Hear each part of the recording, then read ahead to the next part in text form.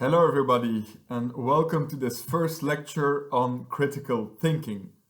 What we'll do today is, first of all, I'll give you a short introduction on what exactly critical thinking is, and then I'll have a bunch of riddles that I'll present to you to show you how our thinking can be predictably unreliable in certain contexts.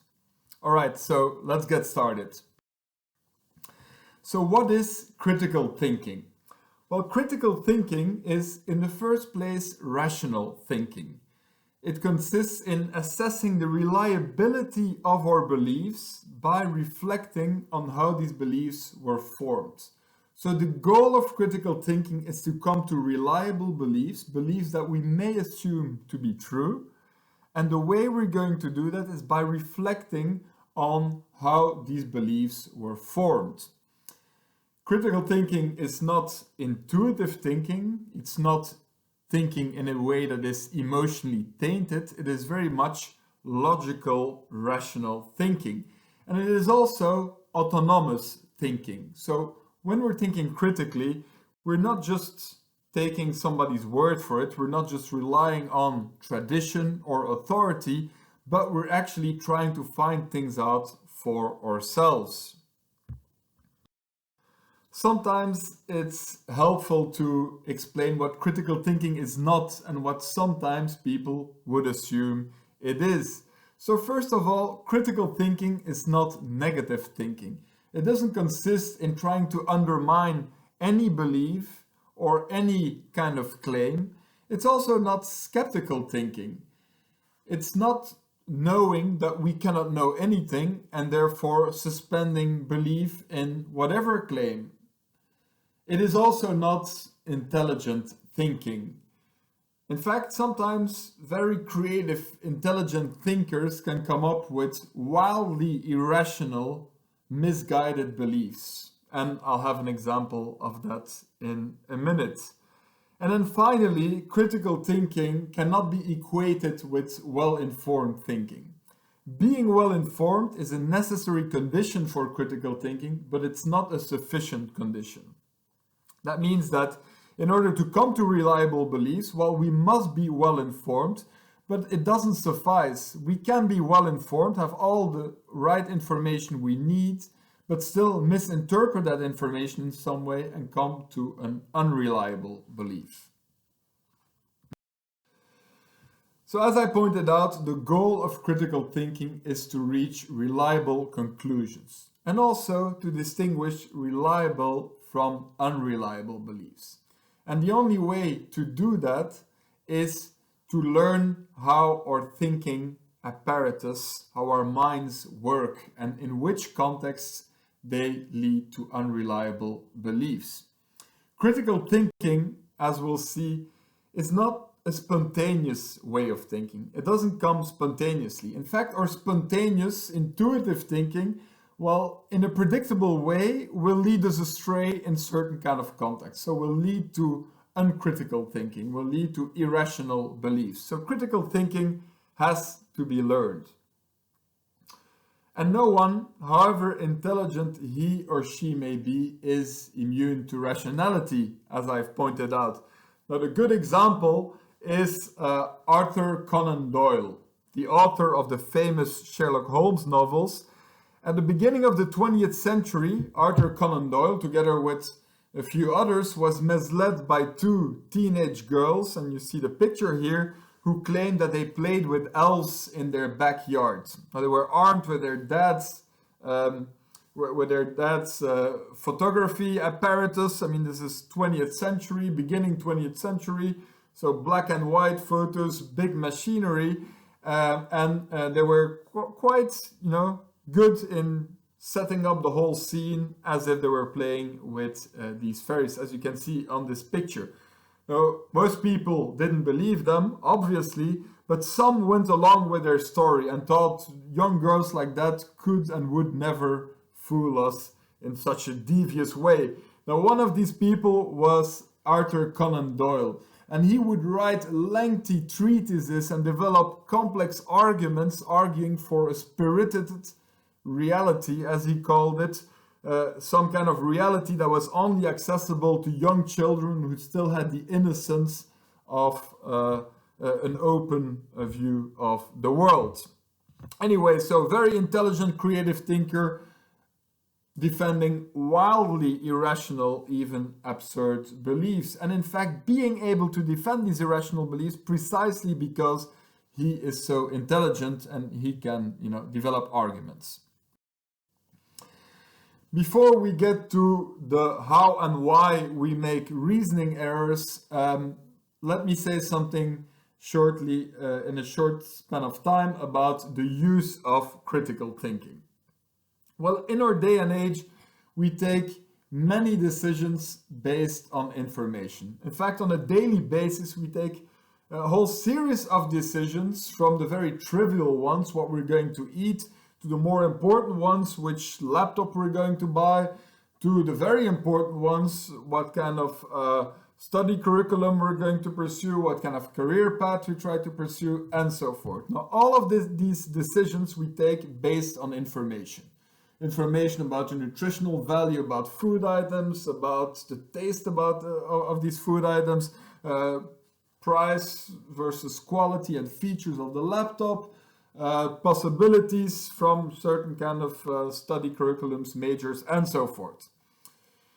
Now, this is rather new in our history. We don't have to go back far in history to come to a time, let's say the Middle Ages, where people virtually didn't take any real decisions. What they ate and what they consumed on a daily basis what was available to them for the great majority of people, so there wasn't much choice there. Who they married, they didn't have a say in. They were married to somebody. Their parents decided on that. It was part of the community.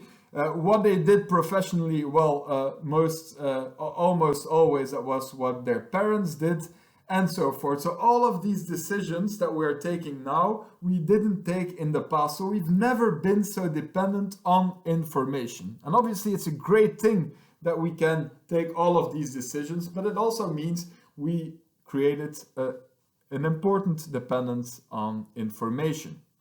And luckily for us, well, there's no shortage of information. In fact, in the internet era, well, information is extremely easily accessible, and there's endless streams of information just at the tip of our fingers when we consult our smartphones and our laptops. The problem, however, is that there's no shortage either of misinformation. Completely bogus claims are very prevalent on the internet. Think about the new detox cure or unfounded health warnings against the use of microwave ovens, and I could go on and on and on. And the problem is as well that we do not have some kind of certification about the reliability of these kind of claims, these websites, these pieces of information that reach us on a daily basis. We have to find their reliability out for ourselves.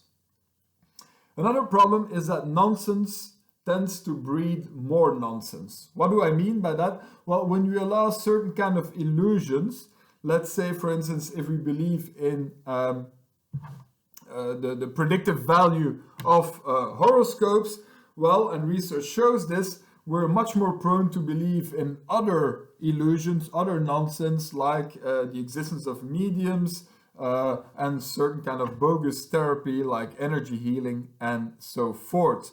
The reason for that is that we have a coherent worldview, and so our beliefs tend to link up with one another. So if we take up some kind of illusory beliefs, well, this often will lead to more related illusory beliefs. And that is also the reason why nonsense is so hard to detect.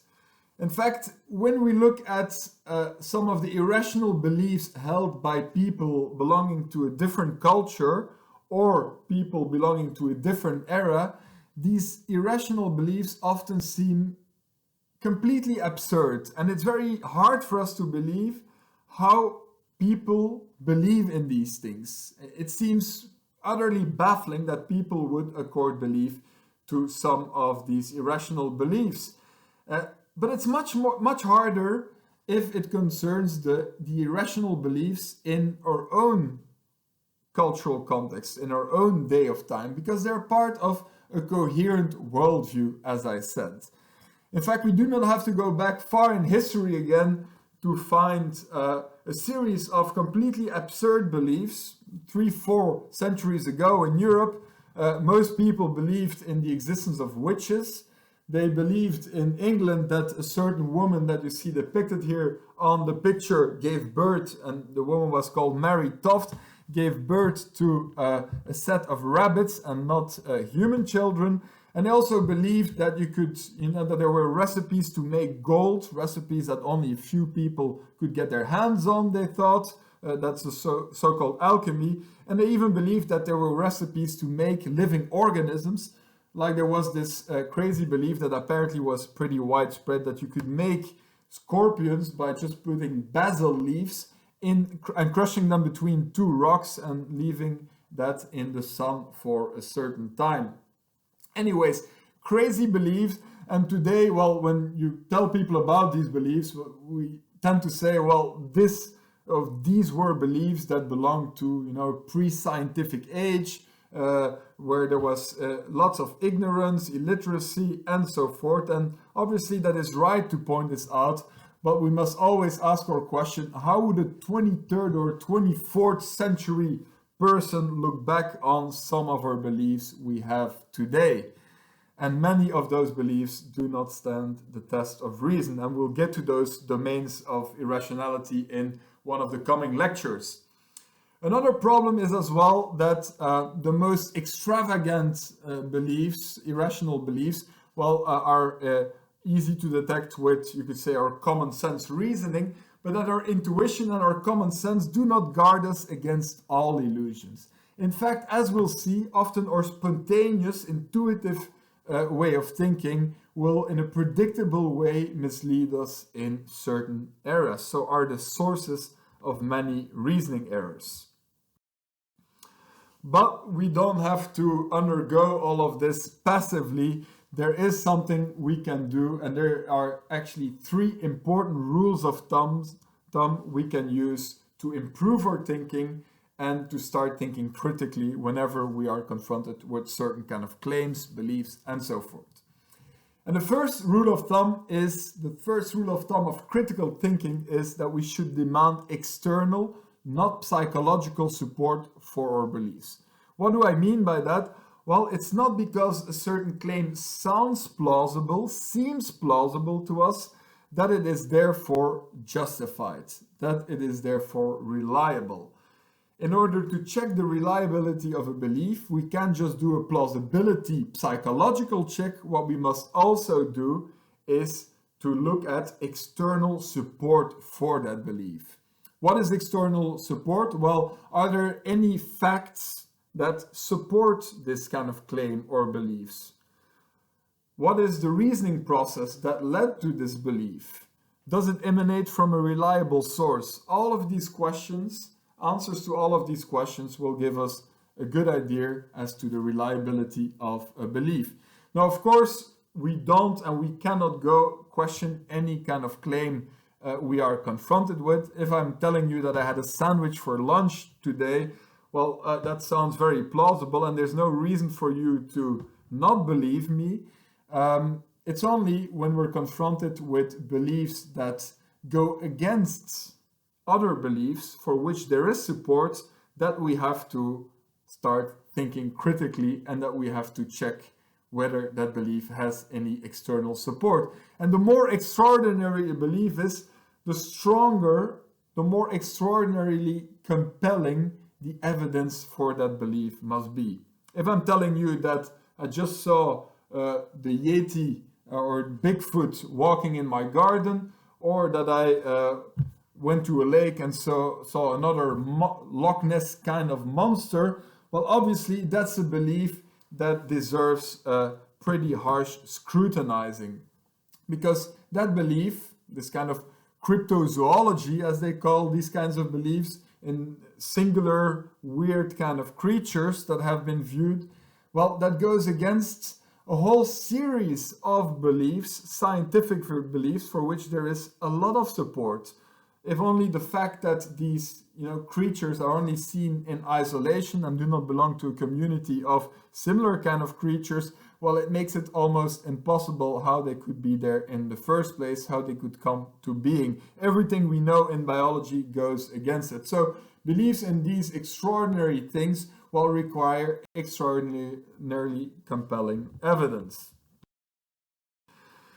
Second rule of thumb is applying Occam's razor. Now, Occam was an English philosopher who lived in the 14th century, and according to Occam, the most economical or parsimonious explanation, sometimes they say the most simple explanation, but it's kind of it can be a bit confusing to frame it in those terms, but so the most parsimonious explanation is the most likely explanation. What he means by that is that if you have an explanation that raises a bunch of other questions, which again require a certain kind of explanation, well, that explanation loses likeliness, becomes less and less credible. Now, a good example of that is crop circles. As you know, there are these beautiful geometrical figures that are being made in fields of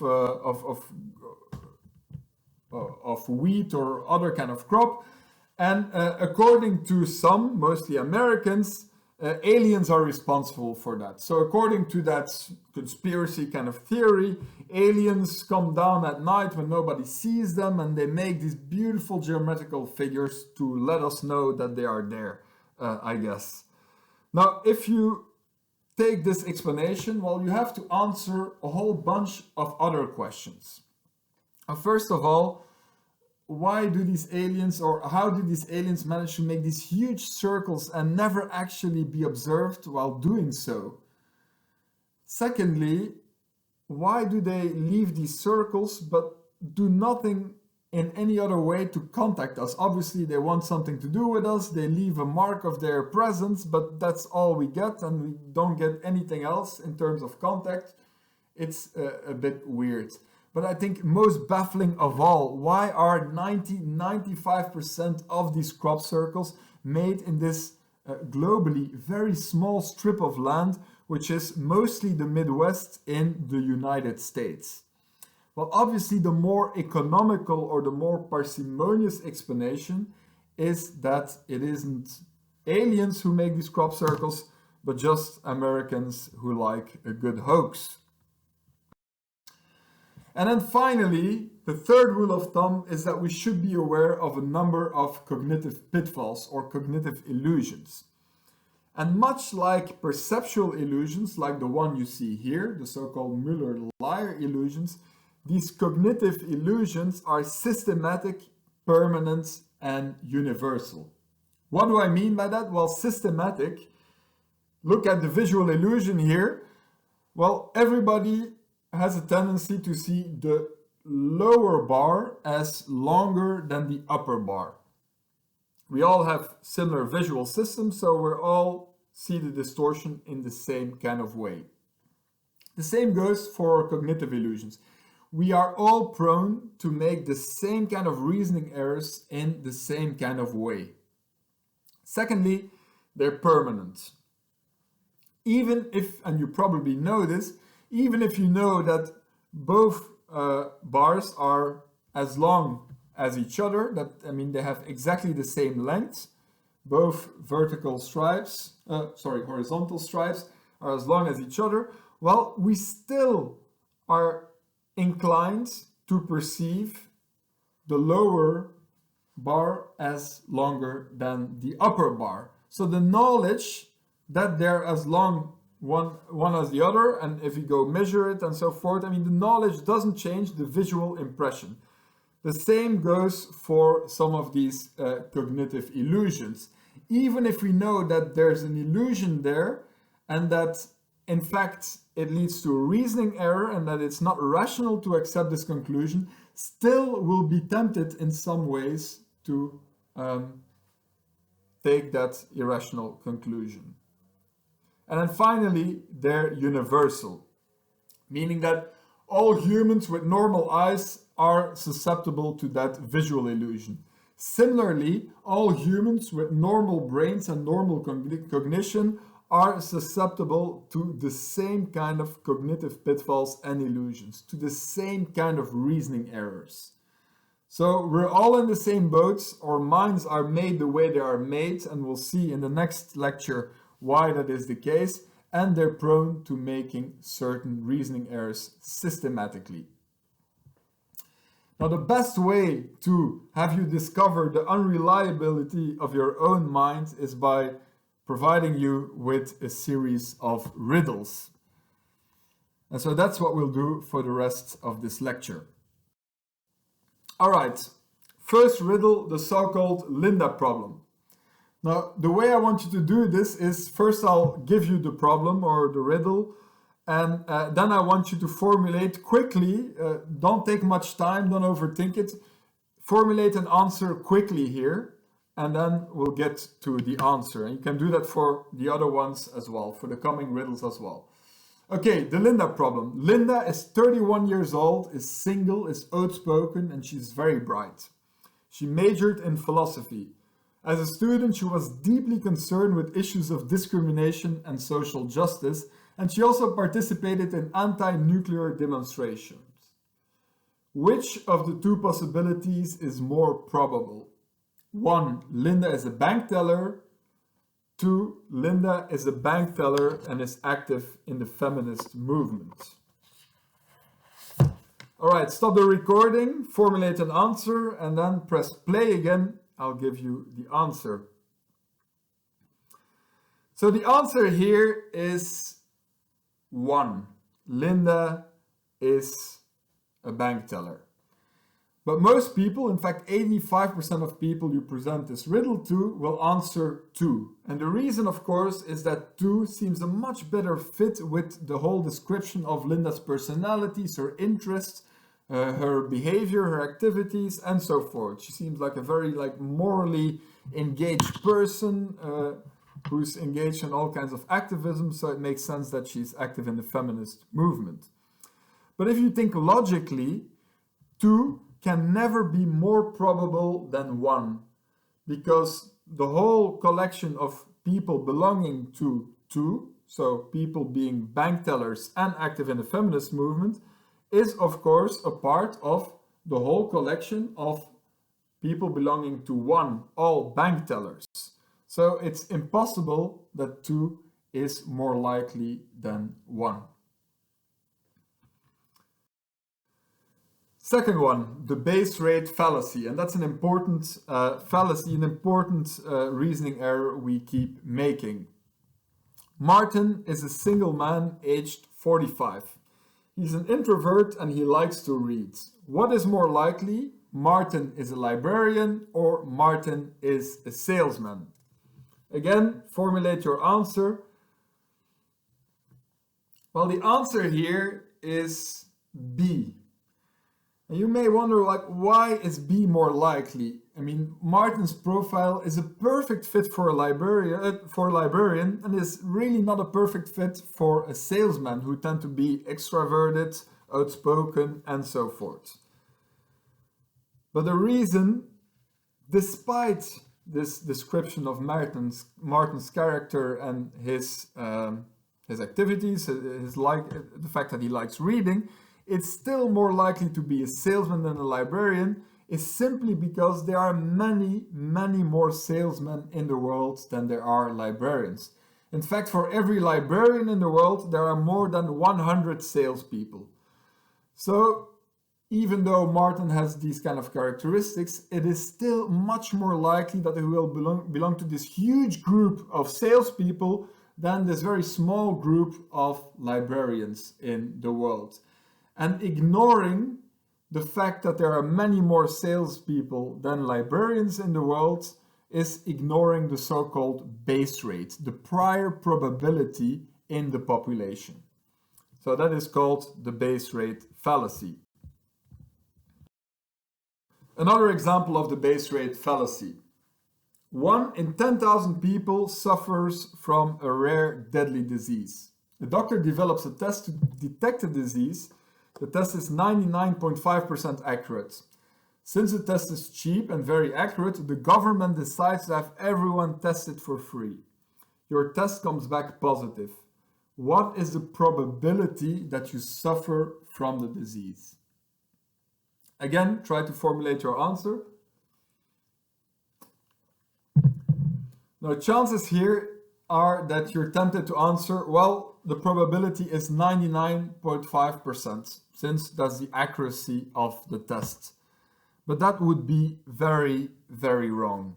In fact, the probability is 2%. Now you may wonder, how do we get that number? Well, you have to take the base rate into account. The base rate is that one person in 10,000 people who suffer from that disease. So if you test positive, chances that you belong to the group of people who have a false positive test, 0.5% of people who get the test, is still much larger, in fact 50 times larger than that you belong to the group of people who suffer from the disease, which is 1 in 10,000, 0.01%. So given that it's 50 times more likely that you belong to the group of people having a false positive test than people who actually have the disease, the chance of having the disease is only 2%. Don't worry about the math here. Don't worry about calculating the base rate and so forth. I will never ask you that. I just want you to understand what the base rate is and how we tend to overlook it. In fact, this question was part of the entrance exam for students who applied to the medical program in Stanford, big famous Ivy League university in the United States. And most students get it wrong. And actually most doctors get it wrong that are active in the profession. So base rate fallacy, very important fallacy, can have dire consequences. And we make other statistical errors as well. In fact, when we think intuitively about probability, our thinking seems very, very unreliable. A good way to sense that is with another kind of riddle, and I want you to have a kind of wild guess at this. So the question is, how many people should you get together so that the probability that two people have the same birthday is greater than the probability that no one shares a birthday? Now, often people will take 365 divided by 2, but this is actually wrong. And if you want more information on how to solve this problem statistically, you can look it up. Again, this is not a course in statistics, so I will never ask you to do that, but you can look it up on YouTube. It's called the birthday problem. Anyways, the answer here is 23 people. So it only takes 23 people in a group so that the chance that two people will share a birthday is larger than the chance that no two people will share a birthday. In fact, if you have 57 people in a group, the chance of people sharing a birthday is up to 99%. And of course, in order to get to 100%, you need 365 people. So it's already hugely, almost impossible, or at least, statistically very unreliable if you get a group of 57 or more that no two people will share a birthday. I like to do it in big groups. Sadly, we're not together here.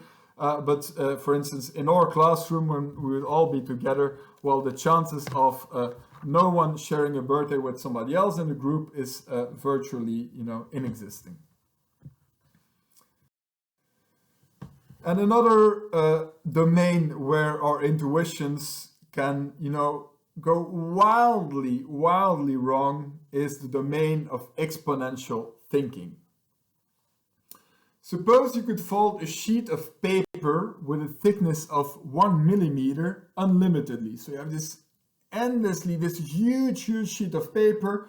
So you can fold it you can fold it endlessly.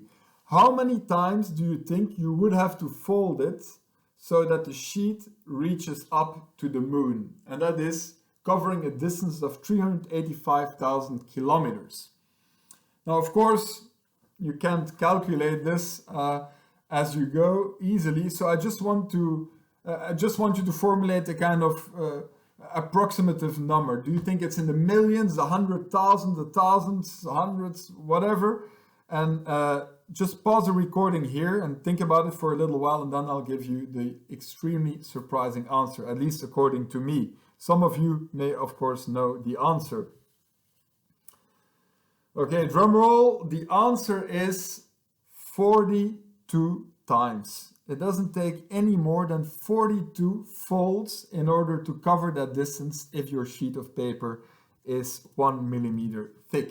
Now that seems absurdly low, that number, and the reason it seems absurdly low is because intuitively we are not shaped to think about exponential growth.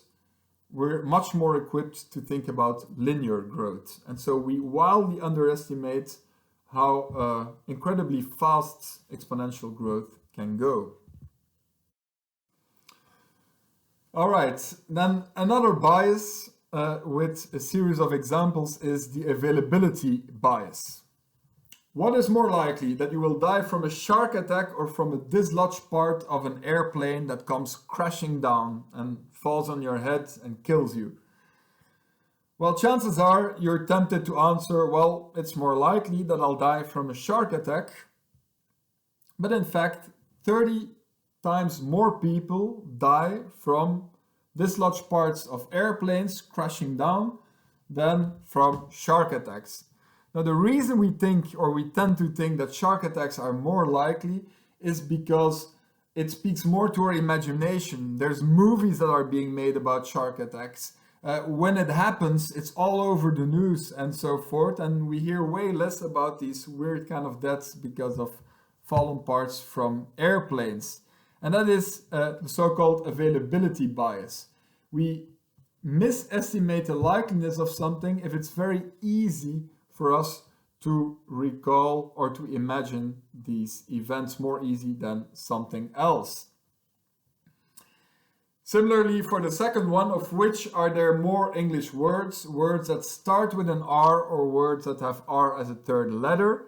Most people think words that start with an R. And the reason is that it's much more easy to imagine, bring to mind words that start with a certain letter. It's just cognitively more easy to do than to imagine or bring to mind words that have R as a third letter. But in fact, there's many more English words that have R as a third letter than as a first letter.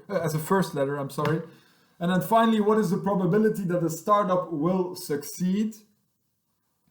Again, the availability bias comes into play. We hear much more about successful startups than about failed startups. They die anonymously. Nobody reads about them in the magazines and the newspapers. And so we tend to overestimate the likelihood that a startup will succeed. In fact, the number of successful startups hovers around the 10%.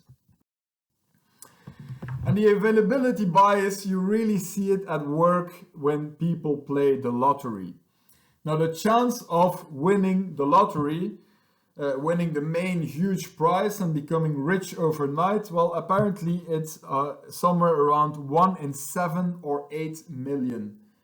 Now, I'm from Belgium, from the Flemish part of Belgium, and there's 6 billion people living in Flanders approximately. So I like to compare it to the following scenario.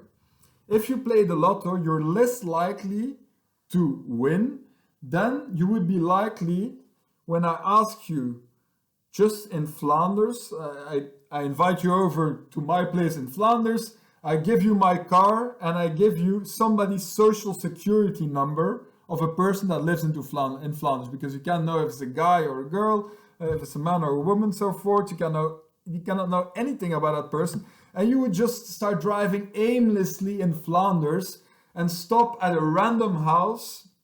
The first person that opens the door, you would ask that person, is this your social security number?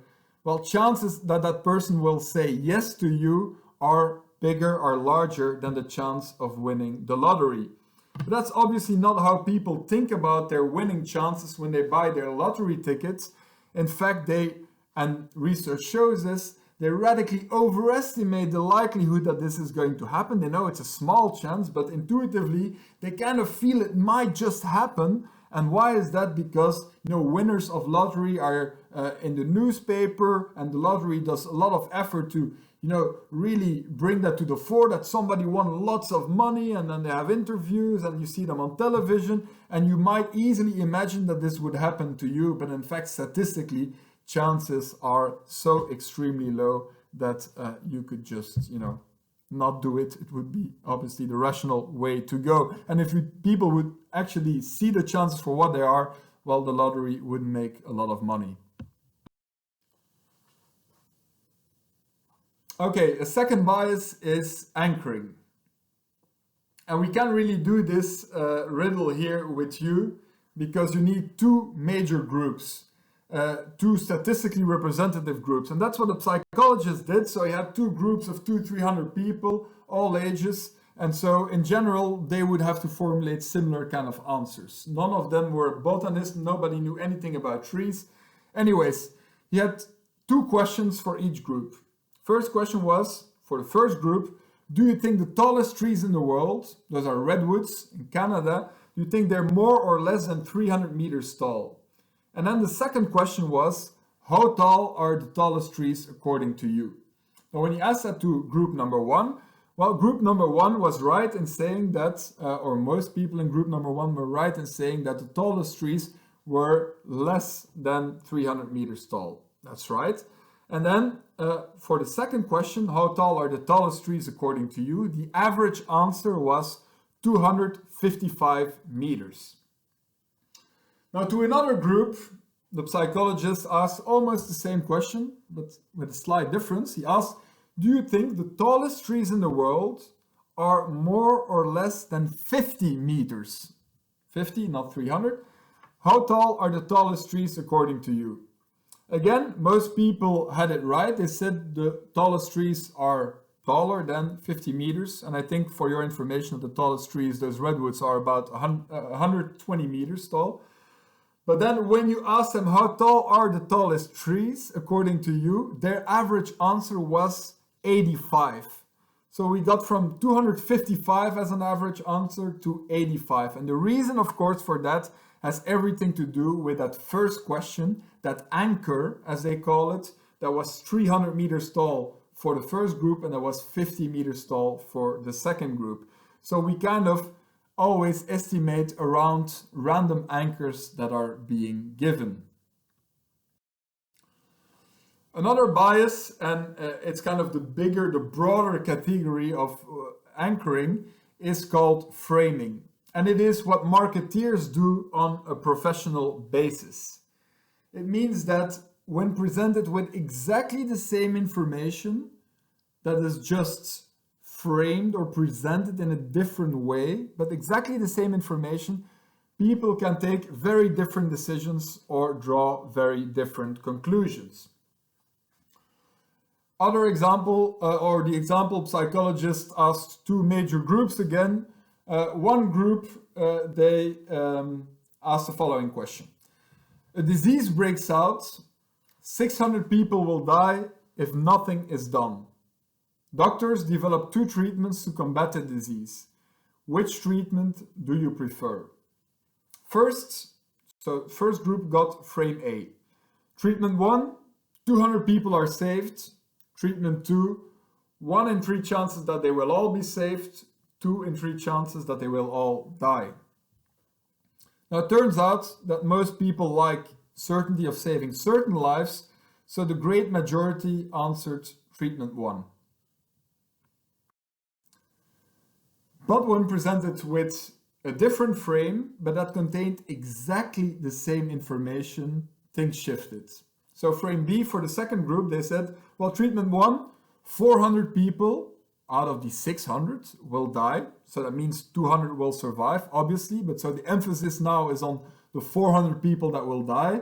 And treatment 2, exactly the same as for frame A, 1 in 3 chances that they will all be saved, 2 in 3 chances that they will all die. Now, given this formulation, the great majority opts for treatment 2. And obviously, it comes down to exactly the same thing. That's what framing does. Presenting information in a certain way leads to very different kind of decisions. For instance, on yogurt, they do not put 10% of fat in here, they put 90% fat-free, and that sells much more yogurt. Now, another famous way that we're irrational in the economic context was discovered by a researcher called Allais, and it got known as the Allais paradox. It's just a fact that intuitively we're not consistent when we calculate our expected utility. So imagine you have an 80% chance of winning 4,000 euros or a 100% chance of winning 3,000 euros. What do you prefer? Now, most people here prefer certainty, and so 80% of people actually will answer, I'll take the 100% chance, so I'll take option B, the 100% chance of winning 3,000 euros. And that's all fine. You give up, a certain amount of money, give up 1,000 euros for a 20% increase in chances of winning those of actually getting the money. So full certainty in this case to win 3,000 euros. But when you ask them, you have 20% chance of winning 4,000 euros, A, or 25% chance of winning 3,000 euros, B, now most people will shift and will take option A. Now, they will take option A because they think it's a pretty small chance, so I might as well go for the big ticket. I might as well go for 4,000 euros. Now, economically speaking, this is irrational. Why? Because in both cases, you're giving up exactly the same amount of money, 1,000 euros, for exactly the same increase in chance of getting that money, a 20% chance increase. 100% to 80%, that's a 20% increase. 25% to 20%, that's a 20% increase. Right? So you're giving up exactly the same amount of money for exactly the same increase in chances of getting that money. But intuitively, we often, shift, and so we're not consistent in our expected utility, as they call it in economics. Even more extreme, you get it when you formulate it as follows. You have a 45% chance of winning 6,000 euros or a 90% chance of winning 3,000 euros. Now again, most people will pick 90% chance, which seems like a very good chance of getting those 3 euros, more than really gambling with a smaller than half chance of winning those 6,000 euros. And again, that's all fine.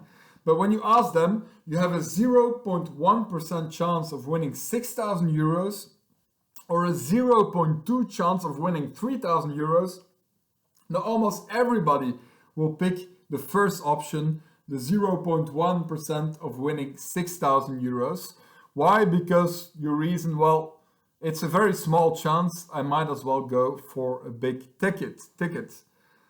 But again, you're giving up exactly the same amount of money, 3,000 euros, for exactly the same increase in your chance of winning the money, namely you double your chances. But preferences are not consistent, and that is known as the Allais paradox. Then there's another bias which we can't really put to the test in this kind of context, but I want to introduce it to you, and it's the so-called hindsight bias. Now, when you ask people what probability they would have occurred, they did accord of the chance of something historically big happening, like the financial crisis in 2008 or Trump's election, 4 years ago, because it's coming up again, well, they tend to radically overestimate the chance that they would have accorded to this event happening before it happened, once they know it has happened. That's what they call the hindsight bias. With hindsight, when we look back at it and we already know what happens, well, we believe it was, or we believe that we thought before it happened that it was much more likely to happen. Think about the current situation, the COVID-19 pandemic. Well, I'm sure there will be some hindsight bias here. If you ask all people, like, how did you estimate the chance of a major pandemic erupting in your lifetime? Let's say, how would you have estimated that chance, let's say, a year and a half ago, before the whole corona pandemic struck the world? Well, chances are people would overestimate that chance, know that it has happened, would think they would have accorded more chance to it than would actually be the case before it happened. Now, this was discovered by a psychologist named Fishoff, and what he did his research in the 70s. It was in the middle of the Cold War, and there was lots of political movement. And the president of the US back then in 1972, Richard Nixon, was going on a diplomatic mission to China for the first time. So nobody knew what was going to happen, what the outcome of this diplomatic mission would be. So what Fishoff did is he got a group of people together and he gave them 15 possible outcomes of that diplomatic mission. So kind of trying to cover the whole spectrum of what could be the outcome of this diplomatic mission. And so he asked them to weigh the different possibilities, gave a certain kind of percentage to each kind of possibility, from the most likely to the less likely to the least likely. So rank them and give a kind of percentage to each possible outcome. Now that's fine. Then he didn't bother those people for 10, 15 years. Obviously, Nixon went on his diplomatic mission and history unfolded like it did unfold. And then he asked those people back.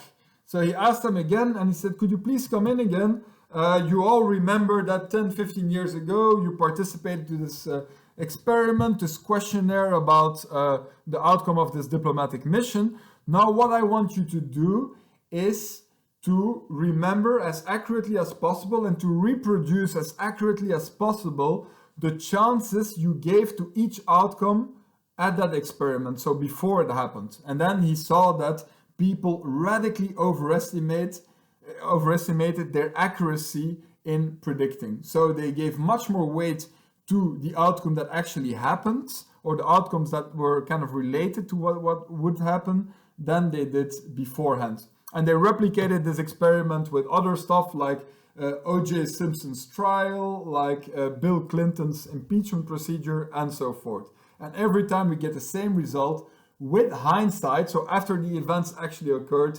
people think before it actually happens, they expected that to happen to a certain extent, or at least overestimate the likeliness they would have accorded to that scenario unfolding before it happened. All right, we're almost there. Another one is self-overestimation.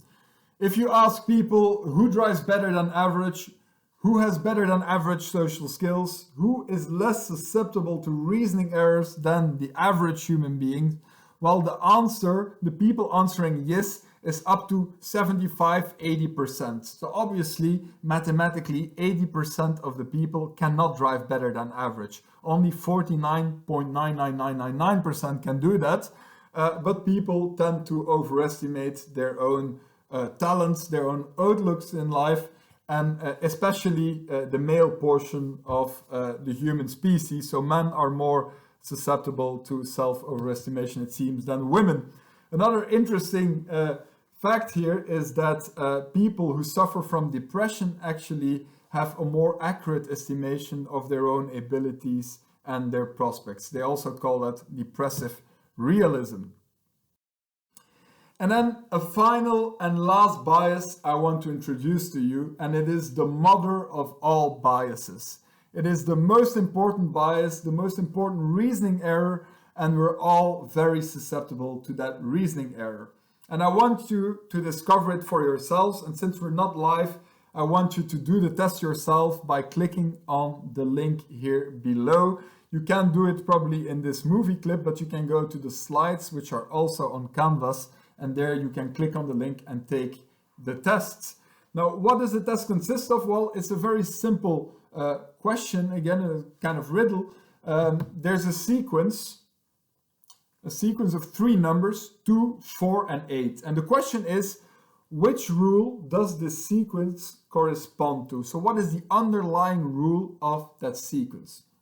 Now, the way I want you to find that out, and the test wants you to find that out, is not by just guessing and proposing different kind of rules until you get it right. No, what you have to do is propose other sequences of 3 different numbers, and then you'll get the answer, yes, this corresponds to the rule, or no, that does not correspond to the rule.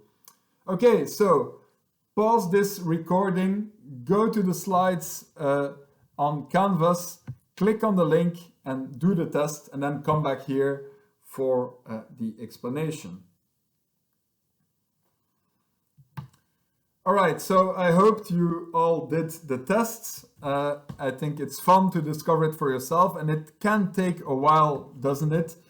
So the answer to that question, or the rule we were looking for, actually is quite simply a rule of ascending numbers. So each number needs to be bigger than the previous number.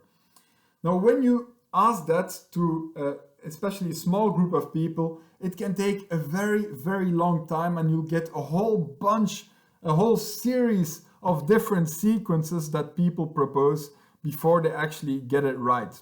Now, when most people see this sequence, they think, well, it's going to be doubling numbers or doubling even numbers, and that could, of course, be true. But the problem is how they will propose new sequences in order to determine what the rule is. So most people will actually try to confirm the hypothesis they have in their head. So let's say you think it is doubling numbers. So you will be tempted to give me sequences like 4, 8, 16, or 1, 2, 4, or 5, 10, 20, and so forth. And every time, well, the answer is yes, this corresponds to my rule. But actually, just proposing more and more of the same, of different sequences that correspond to the same rule doesn't get you any closer to answering or to discovering the actual rule.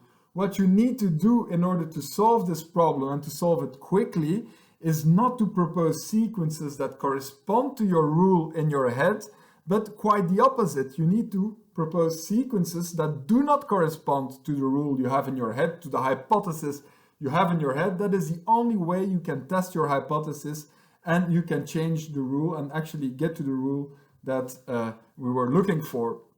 So in order to solve this, you don't have to give me all other variations on 2, 4, 8. What you should have done, or what you could have done, and what perhaps you did, is give sequences like 1, 1, 1, 2, 3 times the same number. Then I would say, no, it doesn't correspond to my rule. 3, 2, 1, and so forth. And that way you can exclude certain things, and you can easily get to the actual rule. So the confirmation bias is the tendency we have to look only for confirmation, and actually to see only confirmation for the beliefs we have already in our head. And that leads to very, very poor thinking quite often. So we'll be talking a lot more about the confirmation bias and about its origin in the coming lectures. As you'll see, if I want to teach you one thing in this critical thinking course, it's about the confirmation bias and how to avoid it. So we'll get to all of that. All right, so that's it for today. Let me briefly end with a short summary. Again, try to answer these questions for yourself. So first of all, what is critical thinking? Drum roll. Well, critical thinking is rational and autonomous thinking. What are the 3 rules of thumb of critical thinking? Again, try to stop the recording and try to see if you paid attention. What are the 3 rules of thumb of critical thinking? Demand external, not psychological support for beliefs. So it's not because something sounds plausible that it is therefore justified. We need external evidence, external support. Apply Occam's razor. Choose the most economical or parsimonious explanation. Don't choose explanations which themselves raise a bunch of other questions, which again need an explanation, and so forth. And then finally, beware of cognitive illusions. We've already covered many of the important cognitive illusions or biases or reasoning errors we're prone to make, and we'll discuss them some more in the coming lectures. Thank you so much for your attention, and see you next time.